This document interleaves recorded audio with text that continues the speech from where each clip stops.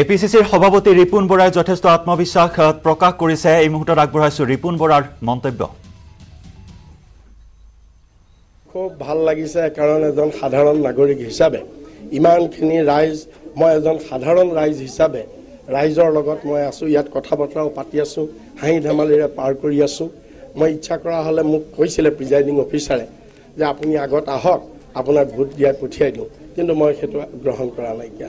মই ভাবিছো ৰাইজৰ লগত থাকি, মই যিহেতু অকণমান দেৰিকৈ আহিছোঁ, 8 বজাত আহিছোঁ, গতিকে মই ৰাইজৰ লগত থাকি মই ভোট দিব বিচাৰিছোঁ। আৰু ৰাইজৰ যিটো উৎসাহ দেখিছোঁ, আৰু ৰাইজে 7টা বজাৰ আগতে আহি যে লাইন পাতিছে, উৎসাহ যিটো দেখিছোঁ, ৰাইজৰ মনৰ কথাটো আমি বুজি পাইছোঁ। তাৰমানে ৰাইজে পৰিৱৰ্তন বিচাৰিছে।